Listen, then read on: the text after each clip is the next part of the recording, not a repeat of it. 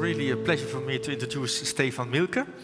He is now a section director of the Cancer Center in Karolinska Institute and also heading the transplant program and also the CAR T-cell cell therapy programs. After he moved to Sweden, he was actually based in Göttingen in Germany. After Freiburg, he went to the USA and thereafter to Würzburg, and now he's in Sweden. We are looking very much forward to a talk dealing with what is required to be or become a CAR T-cell center. Please, Stephan. Thank you very much. Thank you for the nice introduction. So now we're going to have a very different topic, a very interesting title I got, the program Making CAR T-cells Happen in Europe. I thought they are happening already. And what is required to become a center of excellence in CAR T-cell therapy?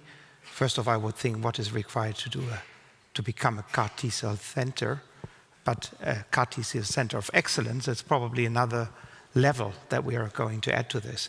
I don't know, may I ask how many of you have actively treated patients with CAR T-cells?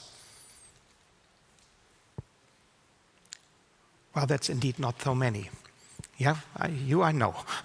We have been on the conference calls together. So these are my disclosures, and I separate them in a prior life and an actual life. The prior life was Würzburg. It's on the lower end, and the actual life is Sweden, and that's on the top, where I have nothing to declare.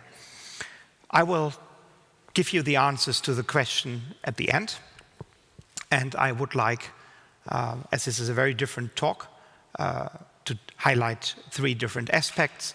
I would like to talk about translation, would like to talk about platforms and standard of care. Talking about translation, it's actually probably completely surprising to you that we Europeans were very early in CAR T-cells, and this is the history of our GMP unit that we have here at the Karolinska Institute. And you can see that in 2014, was already a production of the first CAR T-cells.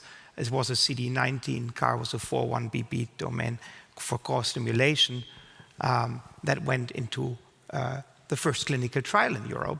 And that was a collaboration with several partners.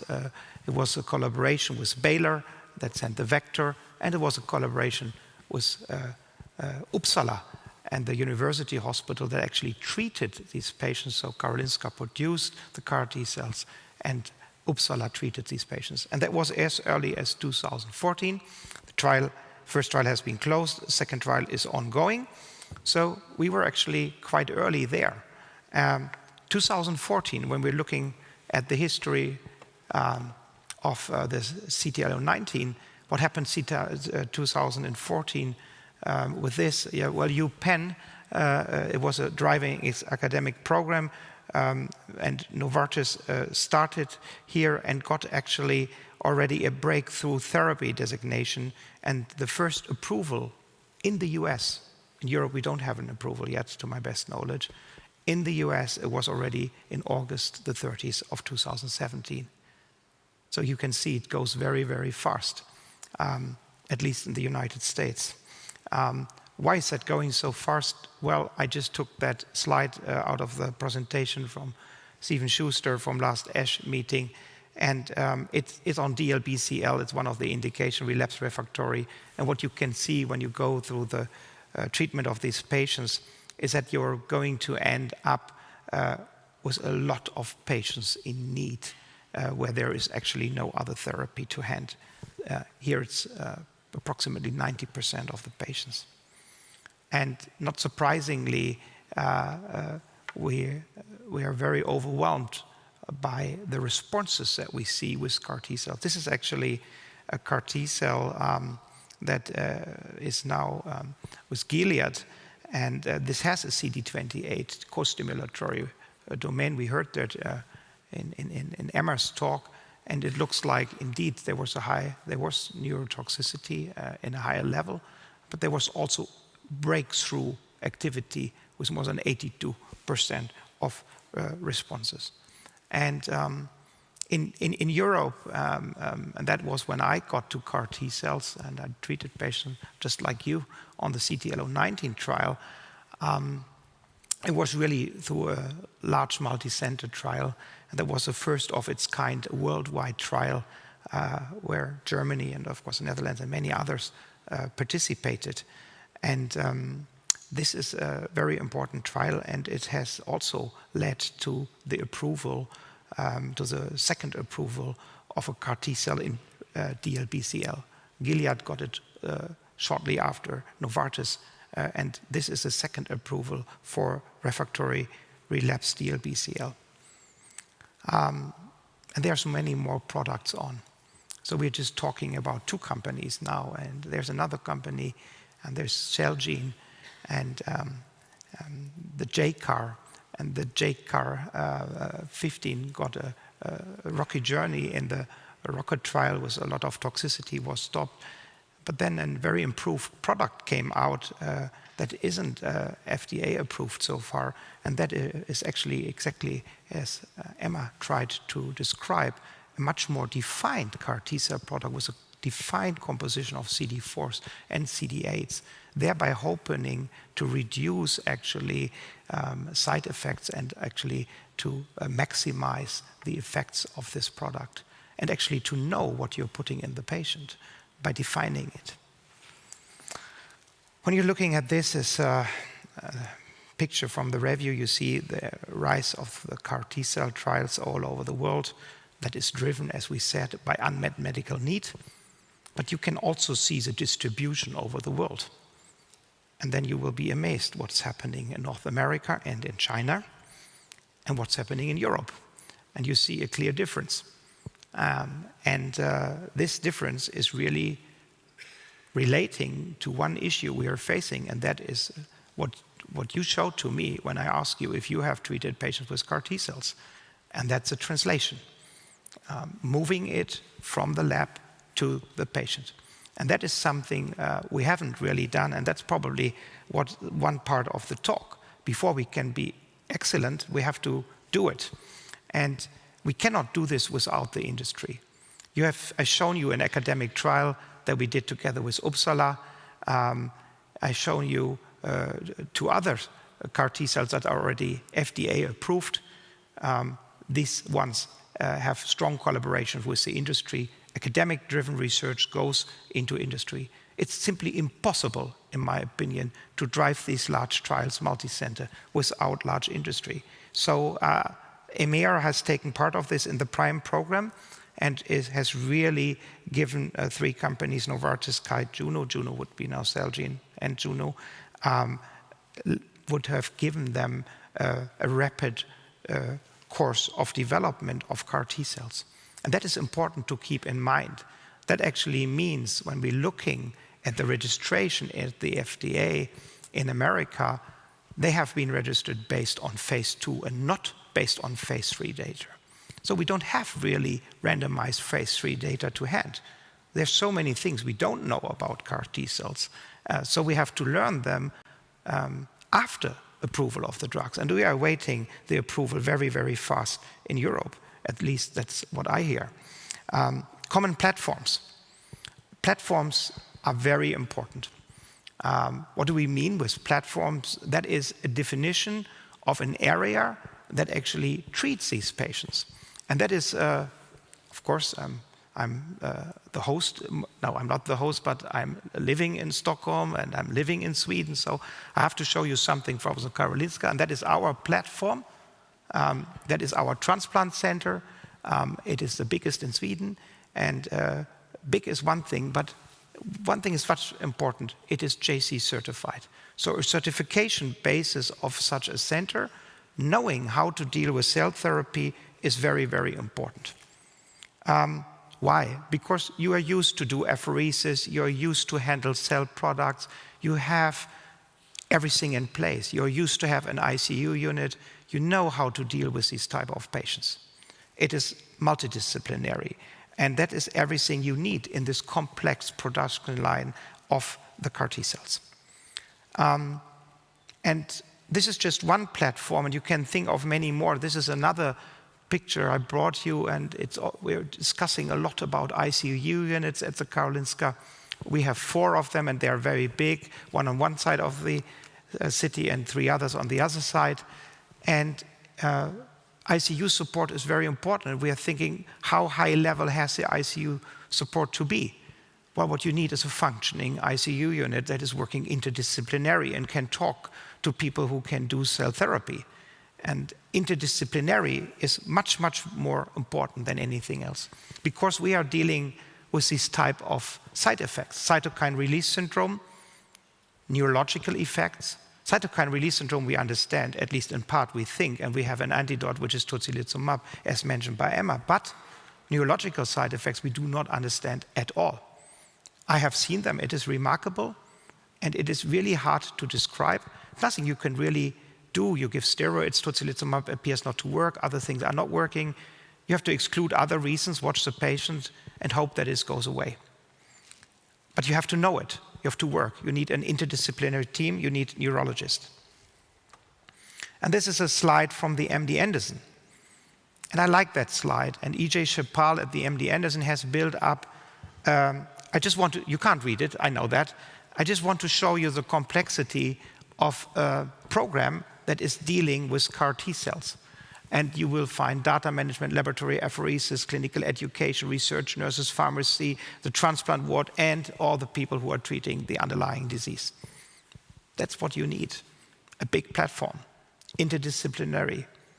That's a lot, and that's probably not what everybody can do in their home hospital. What is very important is to define how to deal with these patients, have group meetings, discuss, educate, teach, and get it all together.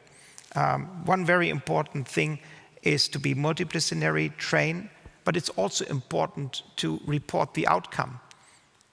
Why? Because we don't know anything. We have to learn while doing it and have to change accordingly.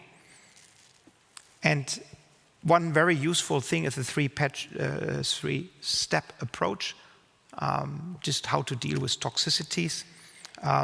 If you see CRS or other strong side effects, you define if they are falling into the definition or not of, for example, cytokine release syndrome.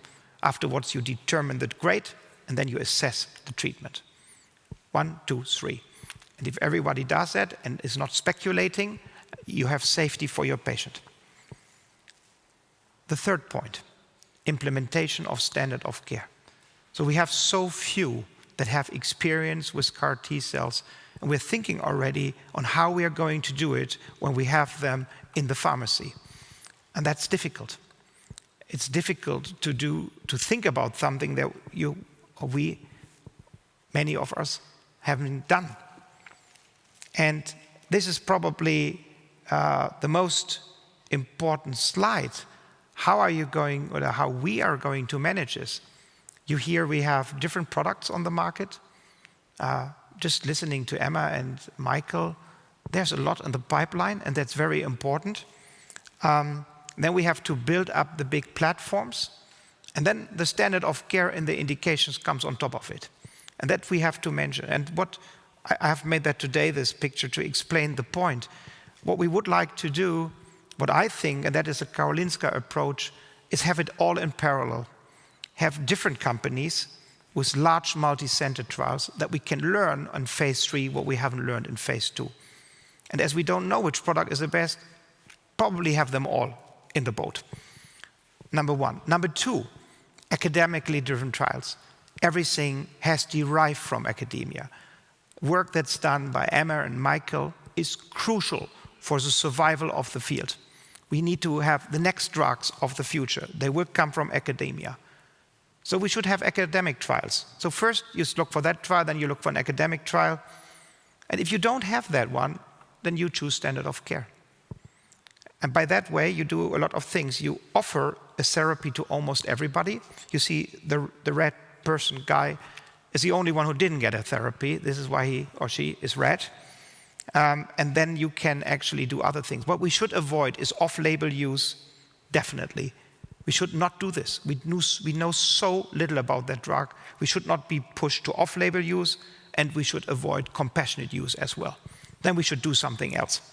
So, but what we can do, all of these three things have one in common. We can use the same platform to treat the patients. And I told you not every hospital is probably going to do that. Outreach and is my last point, and outreach research. If we have a big center, that center can connect with other centers, and they can actually treat the patients together. And that is something we know. We know it from a comprehensive cancer center. And then we can talk about excellence. If one of these centers, whoever that is going to think that excellence could be there, then we can apply the same structures that we apply to comprehensive cancer centers exactly to the CAR T cells. We have research, clinic, and we education, and we have a platform that reaches out and we connect to the others. So, now the answers to the questions that I was asked. What is required to be a CAR T cell center of excellence? Experience in advanced cell therapy, JC-FACT accreditation. We wrote the new JC-FACT guidelines, and we definitely put in a possibility for cellular treatment, which should be the same on both sides of the big pond, that we can catch up. We need clinical competence in treating the underlying disease. So we need experts that can treat leukemias, lymphomas, myelomas. We need to work together. Can not only be transplant experts. We need an academic program favoring translation, as we heard it. We need to have an excellent collaboration with the industry, with research and clinic. We actually need the right mix. Not only one trial, and we work with this company, or we have our own trials. We should have academic trials, industry-driven trials. Why? That we put as few patients as we need into standard of care, because we have to develop. And then we can save some money too, because we don't know what's cost. And then we can make it feasible. That will require interdisciplinary platforms, and we need to reach out to facilitate these treatments also on a regional or even on a country-based level. The most important thing is probably the last. We need to put the data together on a European level. EBMT is working on these databases, long-term effects, secondary cancers, persistence of these CAR T cells, do they get all rejected? And linked to quality of life, value-based healthcare. This is what we have to do. So, welcome to Stockholm. It's a beautiful city. And I was wondering who I thank. I don't want to thank anyone particular, but I would like to thank the patients, the families, the caregivers. I would also like to thank the industry, because they are absolutely necessary, and the investigators that have been involved in CD19 CAR T cell trials. I would like to welcome you to Stockholm and to Sweden. The Karolinska Comprehensive Cancer Center has a very European idea. You see, we have a lot of water, a lot of bridges. We are building bridges in Europe and beyond for the best of our patients. Thank you.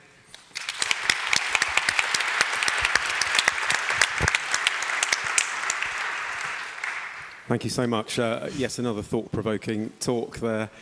So I'd just like to really get the discussion going. And Ariane, I thought I'd start with you, if I may. I'm going to throw a statement out to you, and do feel free to join in. Remember, you can ask questions from the floor as well.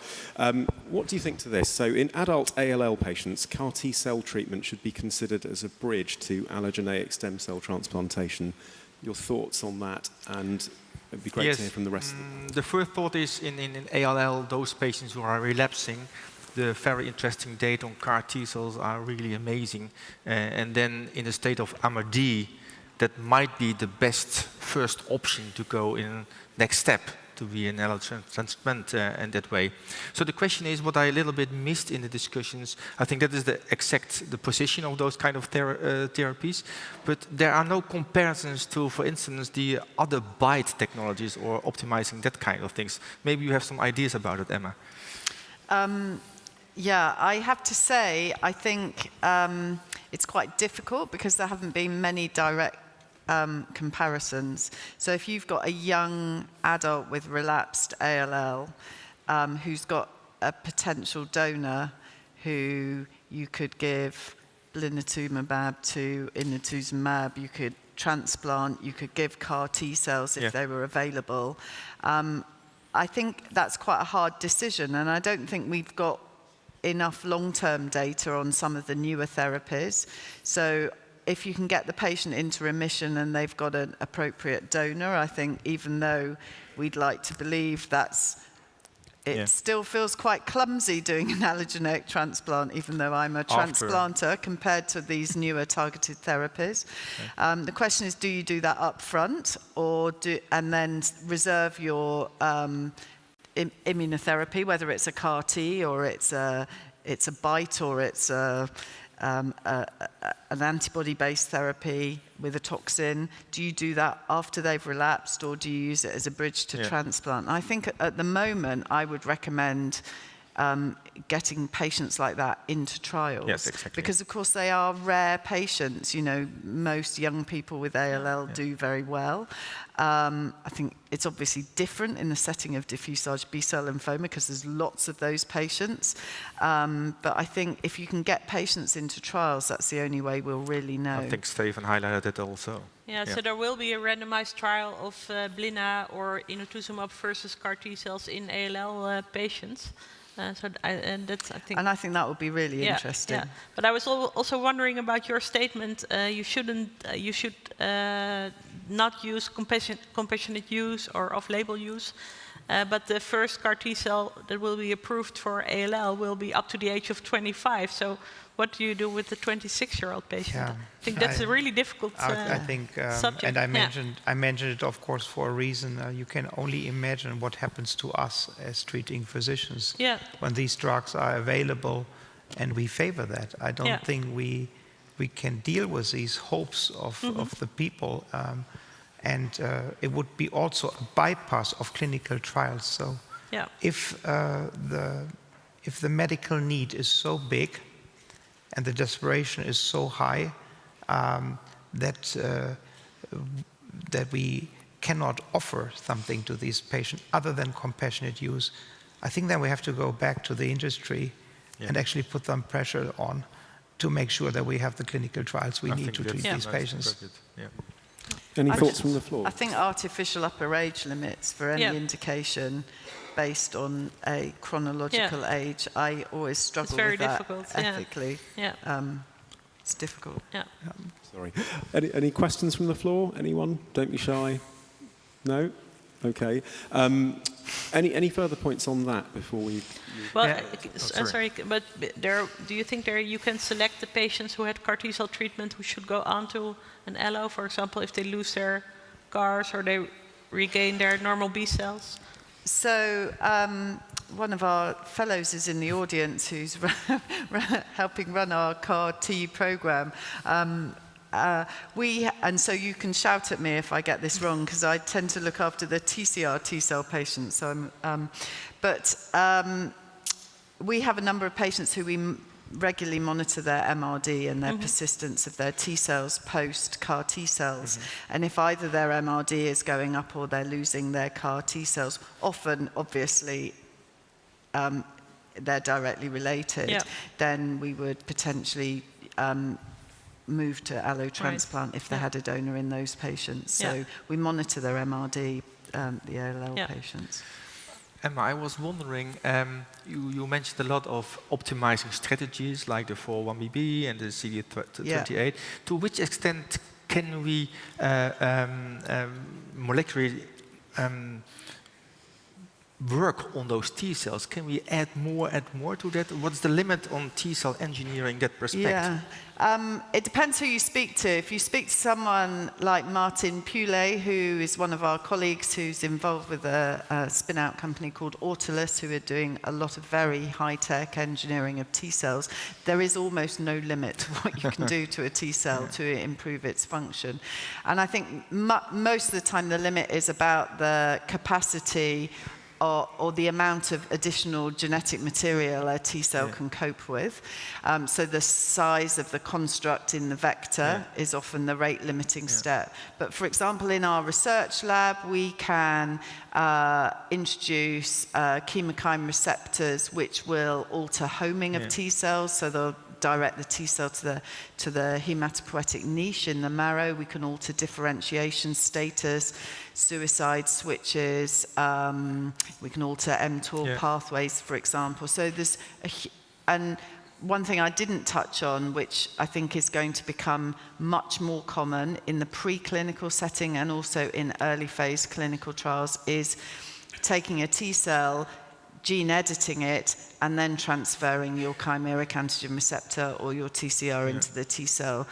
By that way, you can knock down endogenous T cell receptors, and you can enhance the expression and the function of the new receptor. And there's some really beautiful stuff coming out at the moment with gene-edited either TALEN or CRISPR-Cas9 knockdown T cells prior to transduction. So what we're dealing with at the moment is kind of like the tip of the iceberg from a scientific point of view. And I think one of the things as a clinician as well is, you know, we've got 2 products that are hopefully about to be licensed in Europe. And it's, as a treating clinician, it's really quite hard. I mean, fortunately for us in Europe, they'll have different indications, I think. So one will be a lymphoma indication, one will be an ALL indication initially, but it's actually quite hard to work out what product you should use for what patient. And I think we don't have that information at the moment, and there will be much more complexity added in scientifically, which will be really hard to interpret. Yeah. Thank you very much. I hope not to disturb too much this optimistic scenario and so exciting also scientifically. But the cartoon that you showed about the distribution of the trials in Europe and the world also has alternative interpretation in the fact that, based on my own personal experience in the last 15 years in Bergamo, in Milano, and in Monza, the difficulties that we are having in terms of regulators and, for example, in Italy, but in Europe in general, to have approved the GMP facilities, not to talk about even the production facilities, in addition to the clinical trial, is certainly something that we should consider critically. Perhaps as scientists, we have not done enough politically to try to underlie the concept that GMP can be translated in the US by FDA and in Europe by EMA by 2 different ways.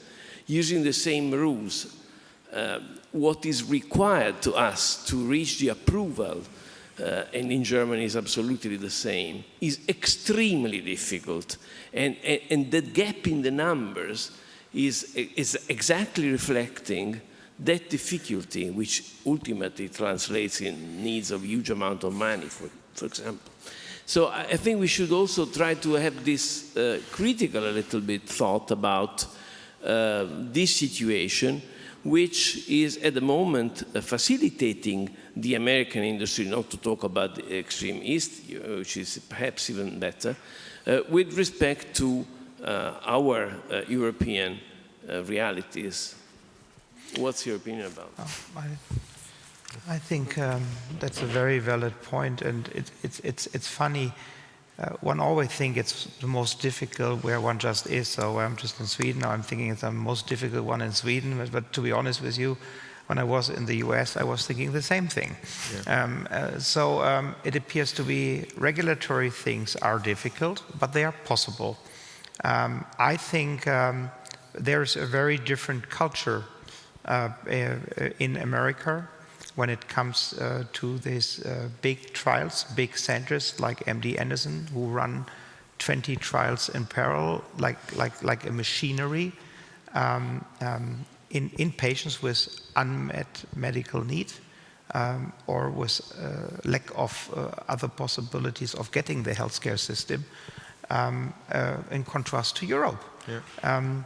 We are just very different. And I think the only answer can be that we find some agreements on a European level that we can collect the number of patients together that are necessary to catch up with the time and with the speed. We have not really had, in most of the cases, a politics or a strategy to favor our own developments. We most of the time look on the other side of the Atlantic, and then we do it too. So I think we really need, when we have things to make sure that we favor translation better than on the other side. In that sense, is this meeting, EHA, just a great meeting? Yeah. Okay, well, we're actually sort of amazingly running out of time. I just want to very quickly throw one more question up, and I want very quick-fire answers from the four of you, if we could. You mentioned in your talk that you were keen on JC accreditation for, in terms of transplant centres, and that CAR T-cell treatment should only occur in JC accredited centres. What are your views on that? Well, I think the JC accreditation for sure will ensure that a center that gives this treatment has the chain of identity and the chain of custody covered. I think all those aspects, quality process, are very important. So I would say yes, it's a plus. Yes. I fully agree with that. Yeah. And you say? Yes. Right. Okay. Easy question. That was easy. Maybe answers from the audience. Anyone from the audience who have any wants to different say views, no? or anyone wants to say anything about that? No. I think it's such an important question, and what I can tell you what's behind that question. The idea is, the question is, do transplanters and cell therapists want to protect their area? The answer is no, because it's a platform. You link it to the other groups. I showed you this complex slide.